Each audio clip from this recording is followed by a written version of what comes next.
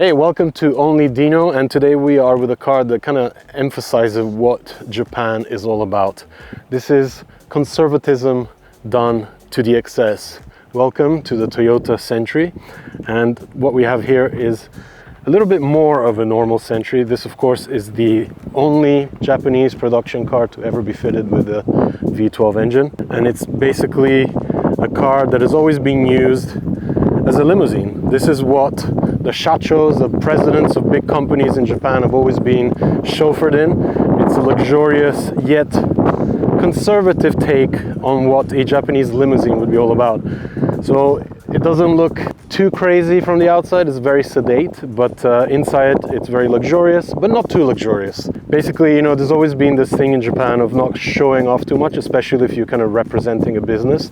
So Toyota, when crafting the Century, was basically kind of tasked with creating a car that would kind of have that luxurious look and be fit for a very high-end CEO to be driven around in daily, but also not be too showy, you know, not be kind of like a Rolls-Royce or like a Mercedes S-Class, but something in between, I guess. So a lot of these cars even came with kind of velour interiors. Some of the later cars, like this one, had a leather option. Again, that was kind of seeming like a little bit too much, maybe, kind of showing off too much in Japan. It's kind of rude and very impolite. So the Century basically represents what you know, conservative take on a luxurious car would be, and I think they really did it amazingly well, including the very late generation of the Century that's out right now.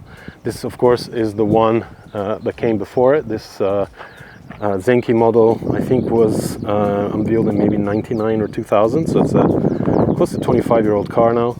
And Nagahama-san of N-Style Custom has basically taken this V12 luxury sedan and slammed it down on some work wheels. He's fitted some aftermarket K-brake calipers front and back, 8 pots at the front.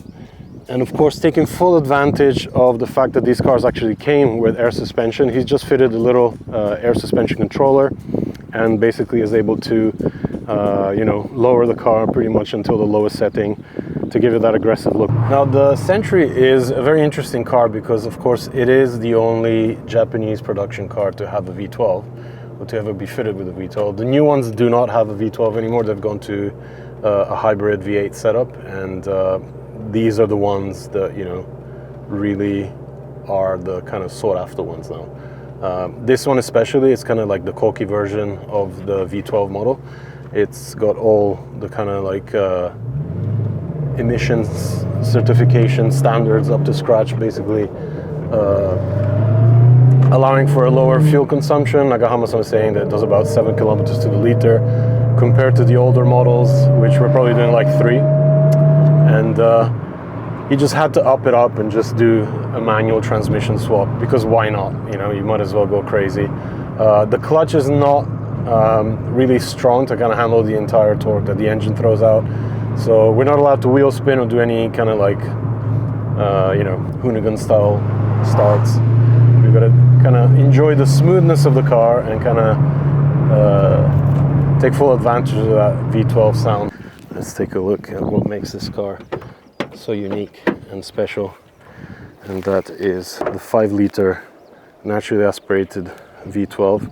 As you can see here, Nagahama-san, when he got the engine out to do the 5-speed manual swap, as it's kind of shown here on the engine cover, he kind of painted it in his legendary mix of light brown, which some of his cars have been painted in before, and he's fitted some Blitz filters, getting rid of the 2 air boxes that were on each side. So each filter feeds 1 bank of 6 cylinders, and that's pretty much it. It's a stock car, stock engine. As they flood the rice paddies here in summer, lots of ducks appear. So the engine is stock, but it runs an aftermarket exhaust, or should I say a custom exhaust setup. I think basically some of the rear silencers have been cut away.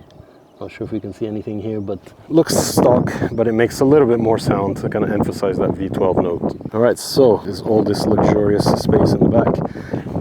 especially the fact that you can actually open up the front seat and put your feet through. So there's a pass through for your legs, so you can get super comfortable and enjoy your ride as your driver chauffeurs you around. And this is what luxury looked like 25 years ago. So this TV section actually disappears behind this leather.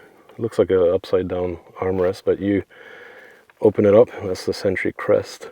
You got the two air vents here, and you get a TV screen, two cup holders, and a specific remote control for the Century.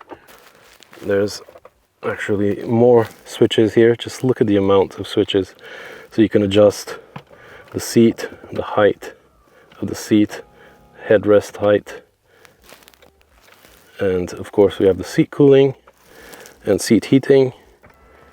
You can adjust the front seat, so you can adjust your legs, and basically it's all laid out here beautifully. Oh, there's also a massage switch here.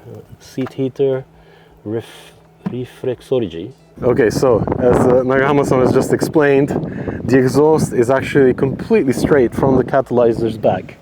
So it's actually quieter than you would expect, because you know, when you hear full straight, you can just imagine kind of like a header-only system, but it's actually quite refined still.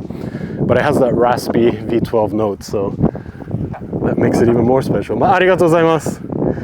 So he just came to see if we broke the car. All right, so let's get in the driver's seat here and kind of do a startup, because this thing, every time it starts, it just barks into life. Oh, that is glorious. And of course, straight pipe.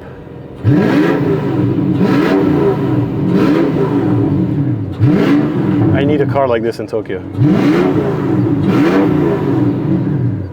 So as you can see, there's a screen up here as well with an old school navigation unit. No ETC card, thank you. And all the buttons, like I mentioned before, are all in Japanese, as are the ones for the air control, air AC controllers, and the Toyota built-in tape deck. And there's a CD changer, DVD changer as well, so you get your music and your video for the back. Nice center console here with a wood trim, and this is where Nagahama-san did his thing and did the manual swap. I really don't know if this actually came with a hand-operated e-brake. I think it might have had a pedal one, but I don't know. It seems like the trim is so well cut around here. Oh, it is cut, yeah. He's definitely added this. Well, you know, a massive thank you to Nagahama-san for throwing me the keys to his manual transmission Toyota Century. I managed to kill two birds with one stone today. So I drove my first Century, and it ended up being a manual one with a 5-speed swap. So awesome day here in Gunma. Hope you enjoyed the episode. Make sure you check back soon, as we'll be having a lot more content on this channel in the coming months.